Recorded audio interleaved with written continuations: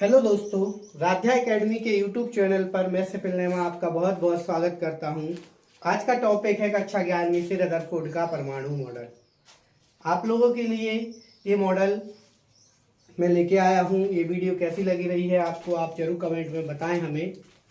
और यदि इसके अलावा भी आपको कोई रिक्वायरमेंट है तो आप जरूर कमेंट बॉक्स में लिखें, मैं आपकी रिक्वायरमेंट पूरी करने की कोशिश करूंगा।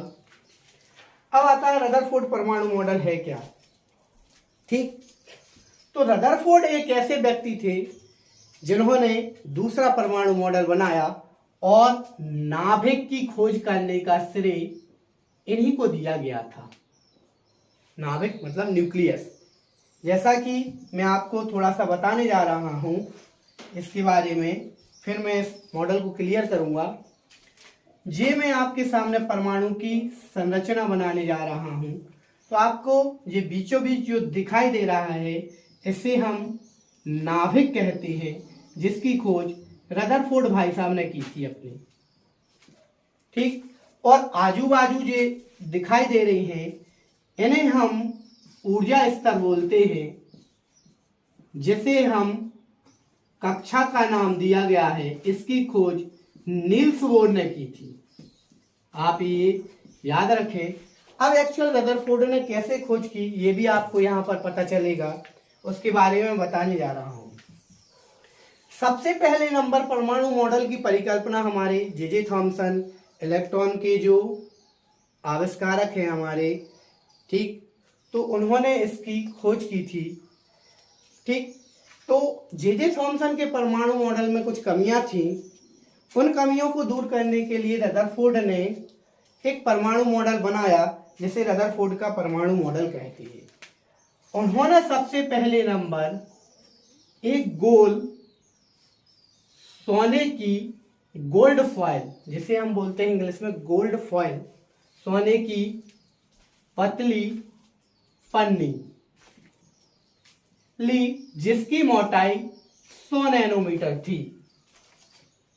ठीक, और उन्होंने इस पन्नी पर पूरे पर क्या की, धन आवेश को वितरित कर दिया। और धन आवेश को वितरित करने के पश्चात उन्होंने जो अल्फा कण, भारी धन आवेश जो अल्फा कण होते हैं,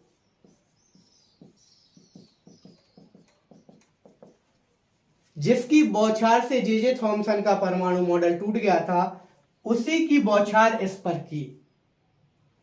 तो उन्होंने देखा कि कुछ कण इस पन्नी को पार करके सीधे निकल गए, देख सकते हैं आप। तो इससे यह सिद्ध हुआ कि इस स्थान पर कोई भी आवेश उपस्थित नहीं था, अर्थात खाली जगह थी। इसलिए कोई भी जब ही निकल सकता है जब खाली जगह होगी। ठीक, कुछ कण अपने मार्ग से विचलित हो गए। इससे यह सिद्ध हुआ कि इस स्थान पर कोई धन आवेश उपस्थित है। और उसके बाद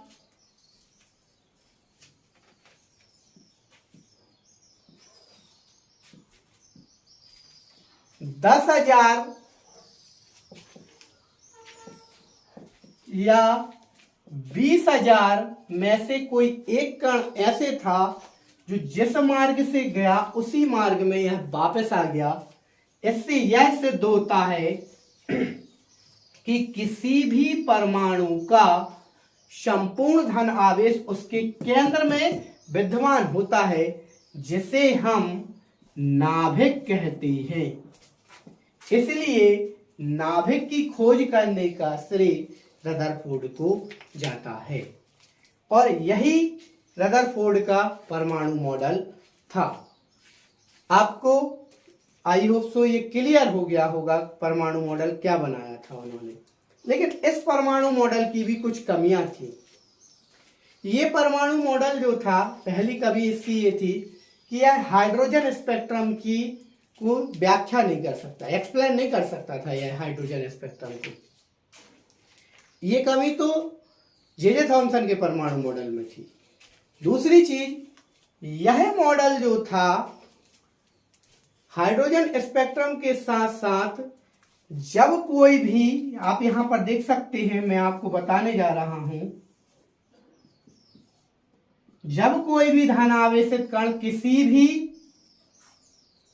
परमाणु की कक्षा में घूमता है या नाभिक के चारों ओर चक्कर लगाता है, तो यह कण घूमते घूमता जाता है और अपनी ऊर्जा, क्योंकि यहां से घूमेगा, ऊर्जा क्या करेगा, यहां तक पहुंचेगा तो कुछ भाग इसकी इमिट कर देगा, बाहर निकाल देगा, और इसका पथ धीरे धीरे क्या होता जाता है, छोटा होता जाता है, और एक स्थिति ऐसी आती है, यह कण इसके साथ पास जाता है और नाभिक से जाकर टकरा जाता है और ये नाभिक टूट जाता है, जिससे यह मॉडल भी क्या हुआ, टूट गया।